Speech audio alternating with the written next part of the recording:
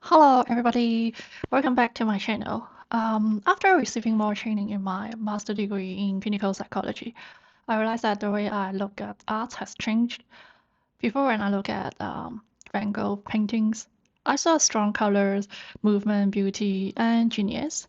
But now I also notice something else. I notice emotional intensity. I notice loneliness. I notice the way that person may try to organize inner chaos into color, shape, and forms.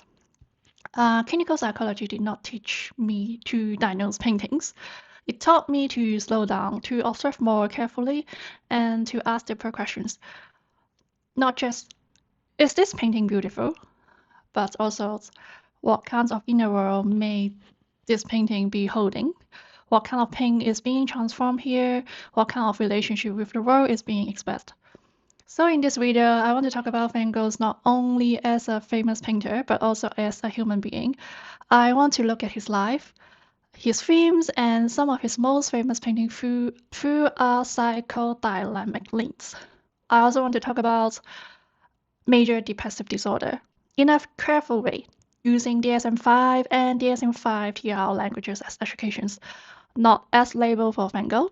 And I will also share carefully that this topic is not only academic for me. I have experienced depression myself. So when I talk about emotion looping, I'm not speaking from a distance.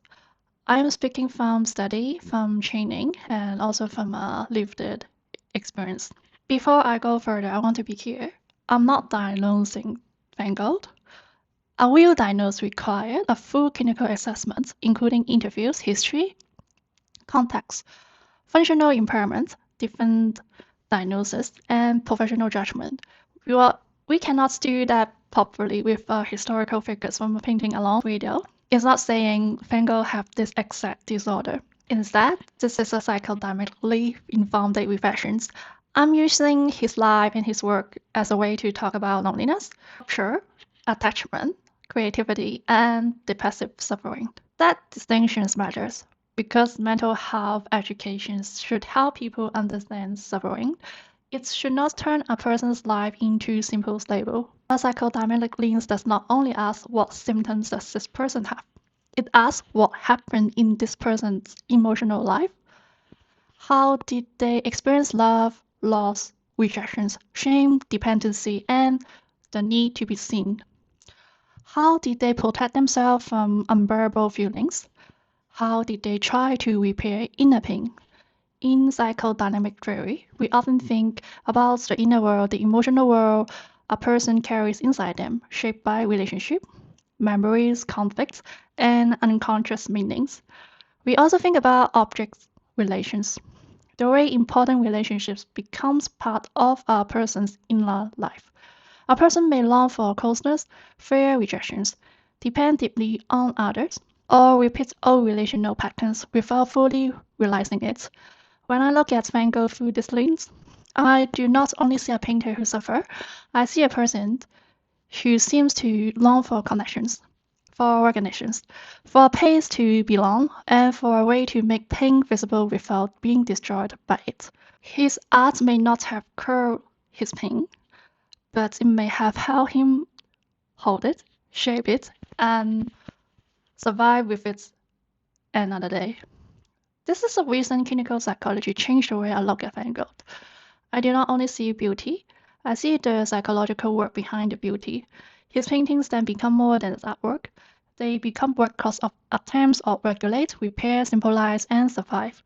I will formulate him as a person with an intense sensitivity, repeated experience of rejections or reproacher, a deep need for attachment, strong rescue fantasy, guilt around dependency, and a lifelong search for a home from the self.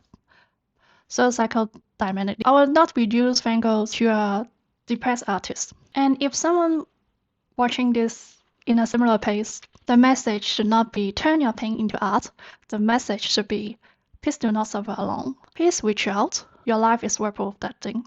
Van Gogh's death should not make us romanticize suffering. It should make us take suffering seriously. For this video, I will say it's this way. I will not present his death as a romantic ending. Suicide is not poetry, it is a tragedy. It is a sign that personal suffering has become unbearable and that health, connections, and safety are urgently needed. In July 1890, Van Gogh shot himself in the chest and died 2 days later. At the age of 37, this part must be struck with care. The final months are psychologically complex. He was lonely and depressed, but also extraordinarily productive. This is important because depression does not always look like doing nothing. Some people can still work intensively while feeling internally helpless or frightened. After leaving St. Mary in May 1890, Van Gogh moved to Auvers-sur-Oise, closer to Ville in Paris. Dr. Paul Creuset was asked to look after him. For Van Gogh, painting seems to become part of that containment. It was not a cure, but it was a way to organize inner chaos into image, colors, and form. In psychodynamic language, containment means the overwhelming feelings are held by a person, a relationship, a routine, or an environment, so they do not completely destroy the self. The hospital was not simply a background to his illness. It gave him structure, rhythm, containment, and the physical place where he should continue to paint during periods of recovery. This is one of the most important parts of the story for a mental health video. He spent about 1 year there. He was given a separate room to use as a studio. And when he was well enough, he paints inside the hospital garden and later outside the hospital as well. Yes, he was first hospitalized in Arras after the ear incidents. Later, in May 1889, he volunteered admits himself to the Saint Paul de Marcotte Psychiatrist Hospital in Saint Mary de Provence. Clinically, we can think about this as a moment where internal distress overwhelmed the ability to regulate emotions, symbolize pain, and maintain a stable sense of self. After a heated argument in December 1888, Van Gogh cut off his ears and hospitalized. This is a painful and serious event, and I did not want to sensationalize it. But the relationship with Gauguin deteriorated. Their artistic difference became personal and emotional. Regime collapse. Psychodynamically, this is important because the yellow house can be understood as a fantasy of repair, a place where loneliness could be healed by community, where arts could become family, where the self could finally feel held. He wanted to build an artist community, a place of warm work, friendship, and a shape of purpose. When Paul Gauguin arrived in October 1888, it seems for a moment that this dream may become real. In areas Van Gogh created a yellow house, this was not only a house, it was a dream. So when we talk about depressions, we should remember this. Depressive pain is often not only sadness, it could include self-attack, guilt, and the feeling that one's existence is too heavy for others. But dependency is emotionally complicated. To need someone deeply can bring comfort, but also guilt, shame, and fear of being a burden. From a psychodynamic perspective, this relationship is central. Fear may have functioned almost like a stable internal object. Someone Vincent could return to again and again, someone who kept him connected to hope, art, and life. Phil was not only a family member, he was Vincent's emotional and financial lifeline. The letter shows deep bond. Phil support Vincent's art, encourage him, and often carry the practical burden of Vincent's life. Then there is Phil, Van Gogh's younger brother. This is not a moral judgment. It is a clinical idea. Relationship can become places where we repair, repeat, or try to transform old pain. Sometimes when a person carries their own deeper feelings of rejections, they become specially drawn to other rejected people. The persons may unconsciously think, if I can save you, maybe I can save the rejected part of myself. This relationship can be understood in more than one way. On the surface, it may look like romance, but psychodynamically, it may also show a rescue fantasy, the wish to take care of someone wounded, abandoned, or socially rejected.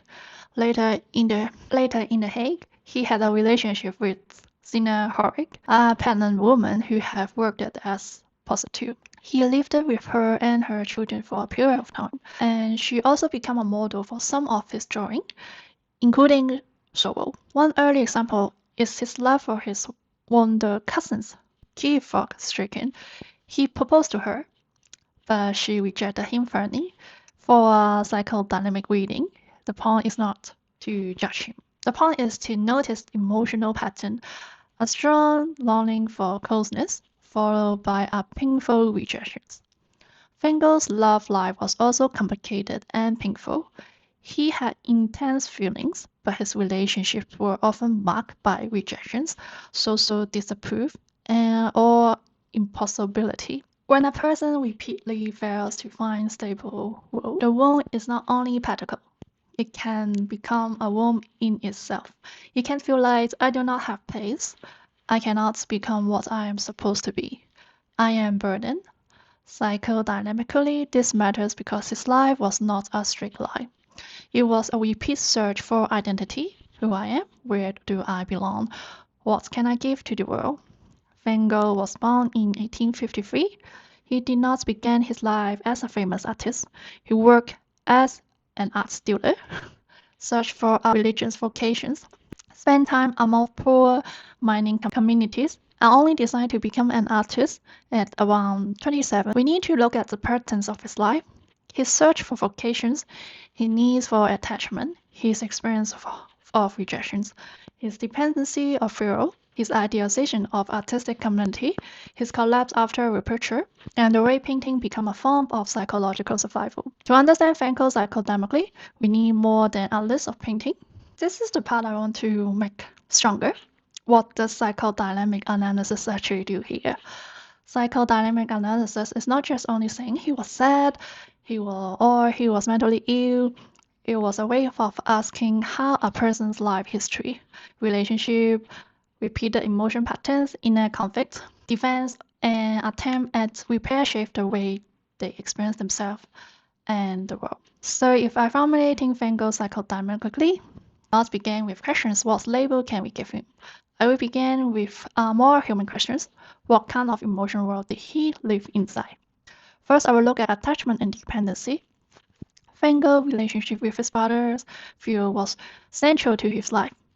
Theo was not only his brother, he was also a source of financial support, emotional support, and recognitions.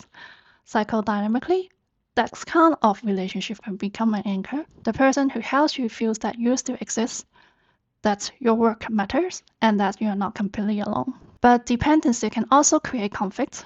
A person may deeply need support while also feeling shame about needing so much. They may want to be independent, but also fear being abandoned. That tensions between dependency and autonomy is very important. Second, I will look at repeated experience of rejections and failure. Van Gogh tried different paths in his life before becoming the painter we remember today. He wanted meaning, he wanted purpose, he wanted to be useful, but he also had many disappointments. Psychodynamically, repeated failure can become more than external events. It can become part of the inner voice. I'm not good enough. I cannot belong. I disappoint the people. I'm too much. This is important because depression is often not only no mood. It can also involve shame, guilt, self-attack, and a painful sense of worthlessness. In psychodynamic language, we may think about a harsh inner critic or an internalized object that keeps attacking the self from the inside. Third, I will look at idealized and reproach. The yellow house in areas was not only a physical house. Psychologically, it can be seen as a dream of repair. Van Gogh wanted to create a place for art, friendships, and community. His hopes around Gauguin was not just professional. It also carried emotional meanings. It was a wish that another person could finally understand him, stay with him, and build something with him. But when that relationship becomes tense and then collapse, the emotional injury may have been much deeper than a simple disagreement. Psychodynamically, when our ideals hopes collapse, the person may feel not only disappointed, but abandoned, exposed, and internal shattered. Fourth, I will look at containment. In psychodynamic thinking, containment means that unbearable feelings need a place where they can be held, named, and made less chaotic.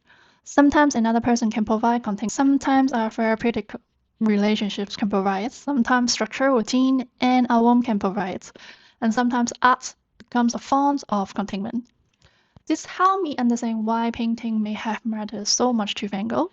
Painting was not only simply career output, it may have been a way to organize perceptions, regulate emotions, and give form to something that was. Fifth, I will look at symbolizations and simulations. Symbolizations means turning internal experience into image, word, dreams, or story. Simulations meaning transforming painful impulse or emotions into creative work, meaning or contributions. Does not mean painful is beautiful. It means the mind is trying to survive pain by making something from it. So when I look at the starry nights, sunflowers, background in Ariel, or the self-portraits, I do not only ask what does this painting shows, I ask what emotional functions may this painting have served. Was it a wish for a calm, a wish for connections, a repair after a rupture, a way to hold the self together, a way to say I'm still here. This is the psychodynamic lens. It does not reduce Van Gogh's to our symptoms. It tries to understand the person behind the symptoms, the meaning behind the behavior, and the emotional need behind the image. This is also psychodynamic thinking can be helpful for depression today. When someone is depressed, we should not only ask, how do we remove the symptoms? Of course, symptoms matters, treatments matters, safety matters, but we also ask, what pain has this person been carrying? What relationship shaped this pain? What has never been spoken? What part of the self is asking to be seen? For me, this is where clinical psychology changed the way I look at Van Gogh. I still see the painting, but I also see the life trying to speak through them. There are also themes about Van Gogh that help us enter his world from different angles. Loving Vincent is powerful because it brings Van Gogh's painting to life. It feels as if the viewer is entering the movement of his brushstroke. The films also remind us that later generations keep trying to reconstruct Van Gogh through fragments, images, letters, memories, and math. As eternity gets, it feels more internal. It focuses on perceptions, loneliness, and the arts of painting itself. It does not feel like a simple biography. It feels more like an attempt to enter Van Gogh's subjective experience. For this video, I'm not using those films as historical proof. I'm using them as interpretive companions. They show how Van Gogh continues to invite psychological imaginations. People do not only ask, what did he paint? They ask, what did he feel? What did he see? What was happening inside him? The first painting I want to talk about is the Potato Eaters. This is not the by Jimmy Van Gogh many people know. The colors are dark and earthy. The room is dim. The people look tired. The hands are rough. Their faces are not idealized. At first, it may not pretty in a conventional way, but psychologically, it is deeply powerful. This painting does not romanticize poverty. It shows labor, hunger, survival, and dignity. Those people have worked hard. Their bodies carry that work. Their hands matters because their hands connect effort, food, and existence. Through a psychodynamic lens, I see identifications here. Van Gogh seems drawn to people who suffer, people who work, people who were not glamorous or socially powerful. It is almost as he was saying, difficult lives still deserve to be seen. Ordinary suffering still has a human face. Then we have sunflowers. Many people see sunflower as bright, cheerful, and full of life. Yes, there is warmth here. There is energy, there is beauty. But after studying clinical psychology, I also see something much relational. Van Gogh painted sunflowers in arrows during the period connected to the Yellow House and his hopes for an artistic community. Those flowers can be seen not only as decorations, but as an offering. They feel like a welcome, a gift, a wish that warmth could stay in the room. In object relationship language, we could say that painting carries a relationship. It is not only the flowers, it is about giving, helping, inviting, and wanting connections. The yellow is not empty happiness. It feels like someone trying to create emotional warmth by hand. Bedroom in areas looks simple. A bed, a chair, a simple room, some pictures on the wall. But a bedroom is never only a furniture. A bedroom is safety, rest, privacy, containment. A place where the body can stop performing. Psychologically, this painting feels like an attempt to picture peace. The room is carefully arranged. The bed is stable. The chairs are waiting. The walls hold the space together. After clinical training, I see this painting less as a room and more as a nervous system trying to imagine calm. This matters because people with depressions not only need advice, they often need a safe space, a safe relationship, a safe rhythm, a place where they do not have to explain everything before they are allowed to rest. Cafe Terrace at night is one of my favorite paintings to think about psychologically because this is not simply sad. There is warmth, there is night, there are people. The cafe is going against the night, but the river is not fully inside the cafe. We are looking from the outside, from the street, from a slight distance. This creates a very human emotional tensions. Collections is visible, but not fully entered. Many people who struggle emotionally know these feelings. You can see life happening. You can see people talking, eating, laughing, belonging, but somehow you feel slightly outside of it. Through a psychodynamic lens, I read this as a frozen whole image longing for human connections while standing at the edge of it. The Staring Nights may be Van Gogh's most famous painting. Many people see it as magical, dreamy, and beautiful, but clinically, I see something more complex. The sky is not still, it moves, it swirls, it's almost brief. The village below is quiet, but the sky above is full of intensity. The cypress wise like a dark thing between earth and sky. After clinical training, I do not see this only as a night landscape. I see emotional organizations. Sometimes when inner experience is too intense, too painful, or too difficult to say directly, people need symbols, they need dreams, they need images, they need art. The Staring Nights feels like a psychological landscape. It is not only sadness, it is not only beauty, it is a mind transforming turbulence into form. Van Gogh painted himself many times. A self-portrait is not only a picture of face. It can also be an attempt to ask, who am I? Am I still here? Can I still look at myself? In psychodynamic thinking, the self is not fixed and simple. Self can be fragments, ashamed, frightened, or lost, especially during emotionally breakdown. That is why Van Gogh's self-portraits move me. They are not only images of distress, they are also acts of witnesses. In the self-portrait with the burning ears, we see injury, but we also see survival. He does not disappear. He painted himself. He becomes a witness to his own suffering. For me, this says something very powerful. I'm hurt, but I'm still here. I can still look. I can still make something. I can still be seen. Iris was painted during his time in psychiatrist hospital in St. Mary. What touches me is about this painting is not that it's not only about illness, it's about attentions. Each flower is carefully seen, each shape scenes. The painting feels alive, ordered, and sensitive. This is important because when someone is suffering, people often reduce them into diagnosis. Depressed, unstable, sick, difficult. But Iris reminds me that even inside suffering, perceptions remains. Sensitivity remains. The capacity to notice form and life may still remain. Again, I do not want to romanticizing pain. Depression is not beautiful when you are inside it, but creativity can sometimes become a form of repair. Not a cure, not a miracle, but a way to hold the self together for one more day. Which filled with crowds is often surrounded by math. Many people wanted to read it as only a final message of despair.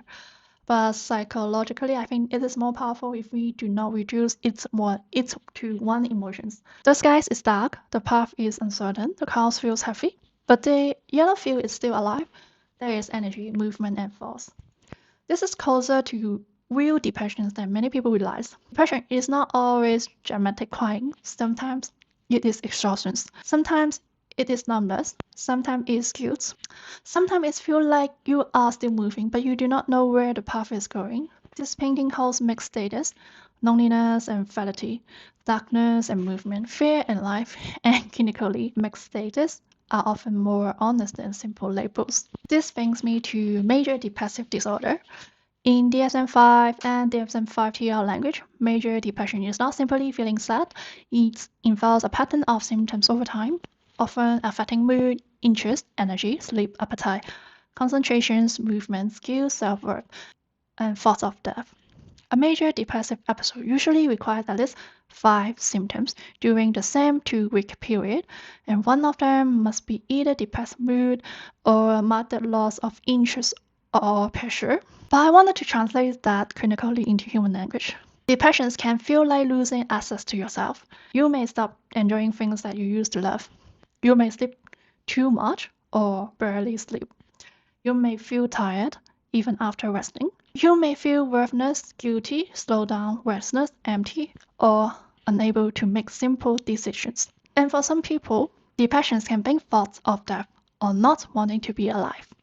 If that is happening, it is not something to hide or carry along. It deserves immediate support. This is why diagnosis is not just a label.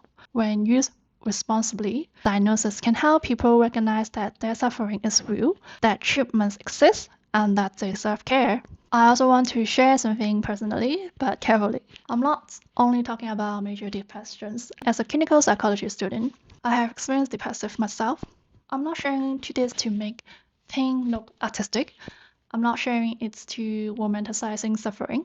I'm sharing it because I know how lonely you can feel when you are inside it. And I know how painful it can be when people saying things like, just be positive, just go out, just stop thinking too much. But depression is not only negative thinking, it can be a whole body and whole mind state of collapse. When someone is suffering like this, they do not need judgment. They need safety. They need treatment. They need time. They need relationships that do not shame them for being unwell. And they need to be seen as a whole person, not just as a symptoms. This is why Van Gogh's stories matter to me, not because suffering makes someone special, not because pain creates genius, not because depression should be romanticizing. Pain is not beautiful when you are trapped inside it. Depression is not a personality style. It's not a poetry identity. It is suffering. You deserve care. But Van Gogh's painting reminds me that a person is more than their suffering. A person can be pain and still have perceptions. A person can struggle and still curate. A person can feel broken and still be worthy of care. A person can lose hope and still need someone to hold hope for them until they can feel it again. That is the message I want to leave with you. If you are experiencing depression, your pain is real. You are not lazy. You are not weak. You are not a failure. You may be tired. You may be overwhelmed. You may need help. And needing help does not make you less valuable. If this video brings up difficult feelings, please pause and take care of yourself. Talk to someone you trust. Reach out to mental hospital professionals. If you are in immediate danger or thinking about suicide, contact emergency service or a crisis hotline in your country. You do not need to wait until everything becomes worse before you deserve care. You deserve care now. After studying clinical psychology, I do not look at Van Gogh in the same way anymore. I see beauty, I see colors, I still see genius, but I also see longing, I see repicture, I see repair. I see a human being trying to stay connected to his life through art. And maybe this is why his paintings continue to touch so many people, because they do not only show us the world outside, they also show us something about the world inside. If you like this kind of video, please subscribe, and I will see you next time.